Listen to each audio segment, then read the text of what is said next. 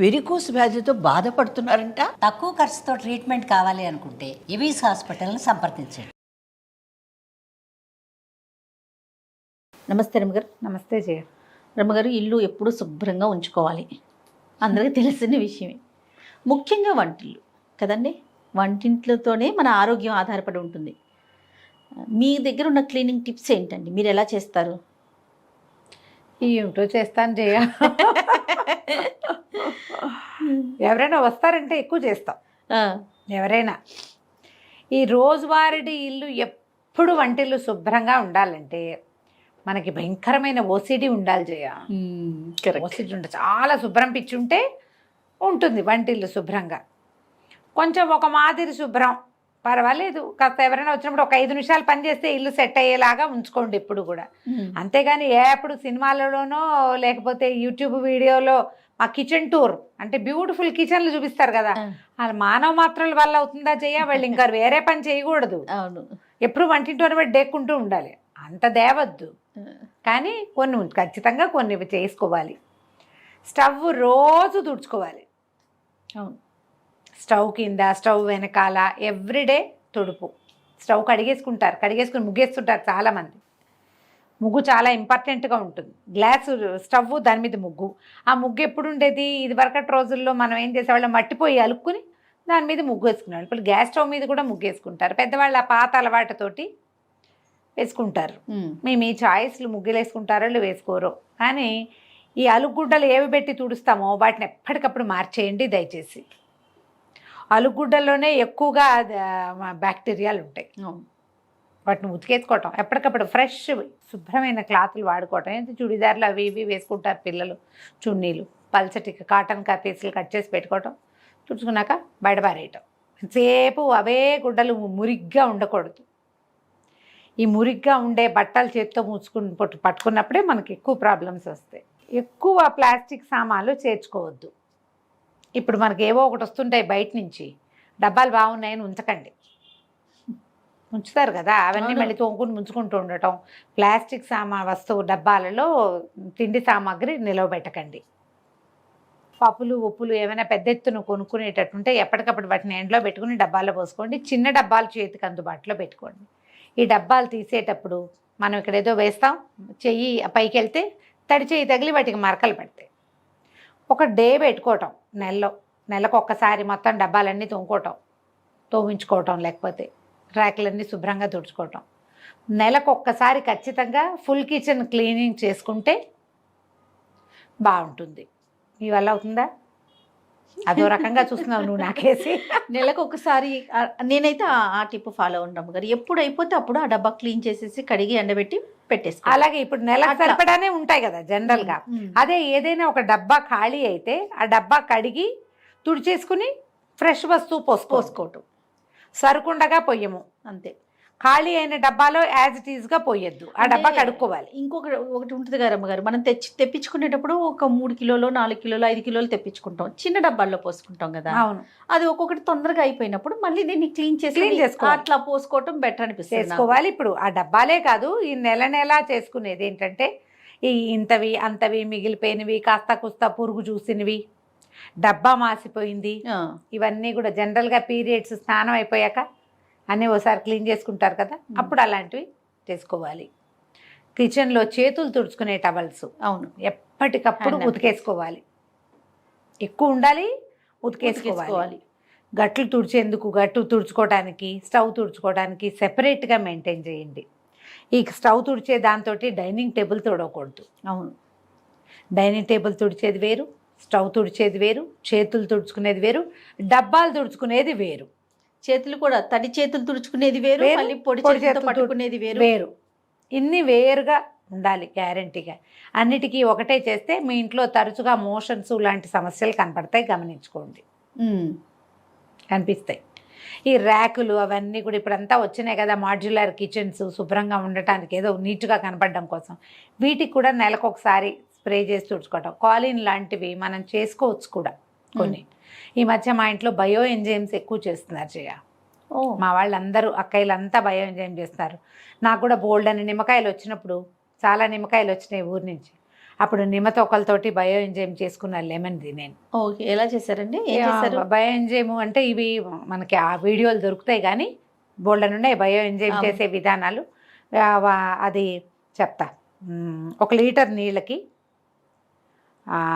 300 గ్రాముల కూర తొక్కులు కానీ, అదే నిమ్మకాయ డిప్పలు కానీ, పళ్ళు కానీ, మనం దేంతో చేయదలుచుకుంటే అవి 300 గ్రామ్స్, ఒక 100 గ్రాములు బెల్లం, ఇవన్నీ ఒక డబ్బాలో వేసి పెట్టుకోవాలి. 300 గ్రామ్స్ నిమ్మ తొక్కులు ఉన్నాయనుకో, నిమ్మ చెక్కలు ఉంటాయి కదా, పిండేసి పెట్టాము. ఆ పిండేసిన చెక్కలు కావాలంటే సన్నగా కూడా కట్ చేసేసుకోండి, అన్ని కట్ చేయకపోయినా ఏం నష్టం లేదు, అలాగే వేసుకోవచ్చు. 100 గ్రాములు బెల్లం వేసి 1 లీటర్ నీళ్ళు పోసి కదలకుండా చీకటిగా ఉండే చోట పెట్టాలి. మొదట రోజు ఆ మూతలు తీస్తుండాలి, అందులో ఎయిర్ ఫామ్ అవుతూ ఉంటుంది, ఏమనాలి దాన్ని, గ్యాసెస్ ఫామ్ అవుతాయి. ఆ కొన్ని రోజులు గ్యాస్ ఫామ్ అవటం ఆగిపోయిన తర్వాత ఈ మూత టైట్గా చేసి పక్కన పెట్టేసుకోవాలి. గ్లాస్ బాటిల్స్లో పెట్టకూడదు, వీటిని ప్లాస్టిక్ బాటిల్లో పెట్టుకోవాలి. నేను ఊరికే రఫ్గా చెప్తున్నా, మీరు చూసుకోండి బయో ఎంజైమ్ చేయటం ఎట్లాగా అని.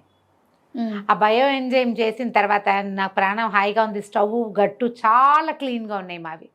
ఈ డిష్ వాషింగ్ లిక్విడ్ కొద్దిగా వేసి, కొంచెమే ఒక స్ప్రే బాటిల్స్ వస్తాయి కదా, వేసి బయో ఎంజైమ్ వేసి కనుక స్టవ్ గట్టు అవి క్లీన్ చేసుకుంటే ముసమలు తగ్గిపోయినాయి, ఈగలు దోమలు చాలా తగ్గిపోతాయి, వంటింట్లో తిరిగే ఫ్లైస్ సమస్యలు చాలా తగ్గుతాయి. బయో ఎంజైమ్స్ చాలా బాగుంటాయి, చూడండి మీరు వాటిని చాలా విషయాల్లో వాడుకోవచ్చు. ఆఖరికి వాషింగ్ మిషన్లో కూడా వేసుకోవచ్చు దాన్ని. ఇల్లు తుడిచేటప్పుడు కొద్దిగా ఒక డ్రాప్ బయో ఎంజైమ్ వేసి తుడిస్తే ఇల్లు క్లీన్గా ఉంటుంది. లెమన్ తోటి అయితే బ్రహ్మాండంగా ఉంది, నా దగ్గర అదే ఉంది, నేను వేరే ఏం చేయలే, అంత ఓపిక లేదు. ఈ ఒకటి కూడా బోల్డ్ అని నిమ్మకాయలు వచ్చినాయి, ఆ రసం అంతా తీసి పెట్టా, డిప్పలు వేస్ట్ అయిపోతాయని ఈ పని చేశా.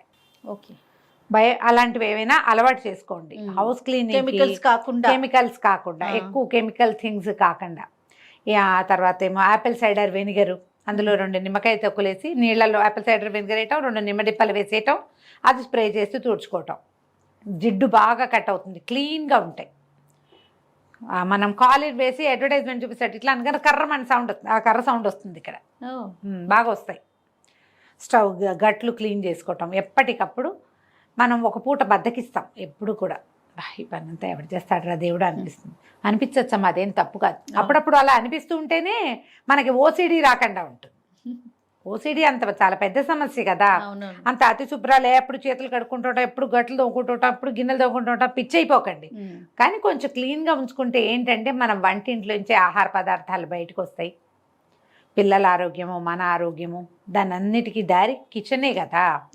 కదా, ఎప్పటికప్పుడు క్లీన్ చేసేందుకు ఒక ప్రాక్టీస్ ఉంచుకోండి, ఇది నేర్చుకోవాలి. ఎప్పుడైనా ఓసారి చీటింగ్ చేయొచ్చు, once in a while cheating చేయొచ్చు, కానీ రోజువారీ ఎప్పటికప్పుడు క్లీన్ చేసుకోవటం. కిచెన్ సింకులు క్లీన్గా ఉంచుకోవాలి, కిచెన్ గట్టు ప్లాట్ఫామ్స్ క్లీన్గా ఉంచకపోతే అనారోగ్యాలు వస్తాయి. వాటిల్లో మనం ఎక్కువగా దొరికేది ఏంటంటే ఇగో motions, vomitings, stomach disturbances, stomach disorders, వాటిల్లోకి వెళ్తాం. కాబట్టి వీటిని కొంచెం చక్కగా ఉంచుకోవటం. చాకులు అవన్నీ, బెల్లం తరిగిన చాకు అలాగే పెట్టేయకుండా బెల్లం తరిగిన చాకుని శుభ్రంగా కడిగేసుకోవటము, లేదా తడిపెట్టి తుడిచేసుకోవటము.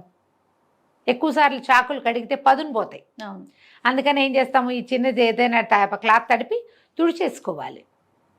కూరలు తరిగిన, ఉల్లిపాయలు తరిగిన చాకు అలాగే పెడితే వాసన వస్తుంది. తర్వాత ఏమో ఈ మన కూరలు తరిగేందుకు ఇప్పుడు అంతా చెక్కలు, ప్లాస్టిక్లు బోల్డన్ వచ్చినాయి, ఇక షీట్లు, వాటిని ఎప్పటికప్పుడు తోముంచుకోండి, వాటిలో ఎక్కువ బ్యాక్టీరియా ఉంటుంది. వీటికి కూడా నేను చెప్పిన బయో ఎంజైమ్ వేసి కనుక తోమితే చాలా క్లీన్ అవుతాయి.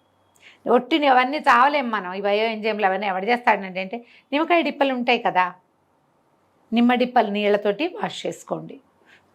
లెమన్ తగిలేసరికల్లా ఆటోమేటిక్గా ఈ యాసిడిటీ వల్ల కొంత క్రిములు అవి పోతాయి. హాట్ వాటర్లో వాష్ చేసుకోవటము.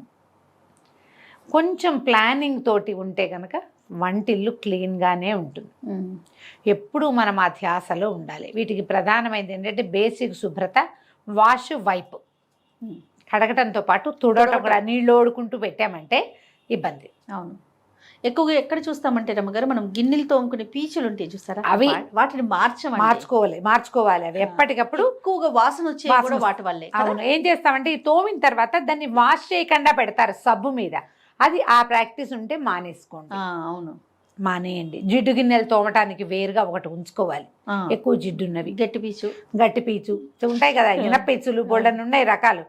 ఏదైనా సరే మీరు ఏది క్లీన్గా ఉంచాలో దాన్ని క్లీన్గా ఉంచకపోతే మనకు సమస్యలే వస్తాయి. గిన్నెలు శుభ్రంగా ఉండవు కదా. అవును. ప్లాన్డ్గా చేయండి. ఓసిడికి లోన్ కాకుండానే మనం హెల్తీగా ఉండొచ్చు. బాగా శుభ్రంగా ఉంటేనే హెల్త్ అని పొరపాటును కూడా అనుకోవద్దు. ఆ, శుభ్రంగా అనేదే పాయింట్. బాగా కాదు, తక్కువ కాదు. మీరు బాగా అయినా మీరు పిచ్చైపోతారు, తక్కువైతే అనారోగ్యం పాలవుతారు. మధ్య మీడియోకర్గా క్లీన్గా ఉంచుకోవాలి. ఈ మీడియోకర్ థింగ్స్ చాలా విషయాలు కూడా, బట్టలకు కూడా విపరీతంగా సర్ఫ్ పోసేయటం, అవును. ఈ డిష్ వాషింగ్ లిక్విడ్ పోసేయటం, అతిగా సబ్బు వాడకము, అతిగా డిష్ వాషింగ్ లిక్విడ్స్ వాడడము, వీటితోటి కూడా క్యాన్సర్లు వస్తాయి. అవన్నీ కార్సినోజెనికే, అన్ని కార్సినోజెనికే. ఏవి మనం వాటిలోంచి బయటపడలేము. శుభ్రంగా కడుక్కోవాలి కదా. ఎన్ని నీళ్లు పోస్తే కడుగుతాం? ఇంతంత నురుగులు తెప్పించటం, నురుగు పిచ్చి అవును. కొంతమందికి. అవి తగ్గించుకోండి. అవి ఏమంత మంచి పద్ధతి కాదు. ఏమైనా ఇంట్లో బొద్దింకలు లాంటివి ఉంటే అవి ఆహార పదార్థాలకి మీదకి వచ్చేయకుండా బొద్దింకలకి మందు కొట్టించుకోండి, లేదా మందు పెట్టించుకోండి. 5 ఏళ్ళకోసారి 3 ఏళ్ళకోసారి పెట్టేవి కనపడుతున్నాయి, అలాంటిది ఏదైనా ట్రై చేయండి. తర్వాత పదార్థాలకి మూతలు పెట్టడం ప్రాక్టీస్ చేయండి. మెయిన్ అది. బాటిల్స్కి మూతలు పెట్టడం, డబ్బాకి మూత పెట్టడం, గిన్నెల గిన్నెల మీద మూతలు పెట్టడం, కాగిన పాల మీద ఒక మూత ఉంచటం. కాఫీ కలుపుకున్నాం, మనం ఒక కప్పు తాగాం, ఇంకో అరకప్పు ఉంది, పని మనిషి వస్తున్నాడు, భార్య ఎక్కడ, దాన్ని ఎత్తున ఒక మూత, ఒక గ్లాసులో పోసాం, దాన్ని ఎత్తున మూత. ఇవి ప్రాక్టీస్ ఉంచుకోండి. ఇవన్నీ హెల్తీ టిప్సే. మనకు తెలుసు, ఏం తెలియదు ఇందులో మనకి, ఉంటాము, ఏం తెలీదు, జస్ట్ కొంచెం ఐడియా ఉంటే సరిపోతుంది. మీ వంటిల్తి శుభ్రతే మీ ఆరోగ్యానికి మొదటి మెట్టు. అంతే కదా. అంతే రమ్మగారు. నమస్తే. నమస్తే జయ.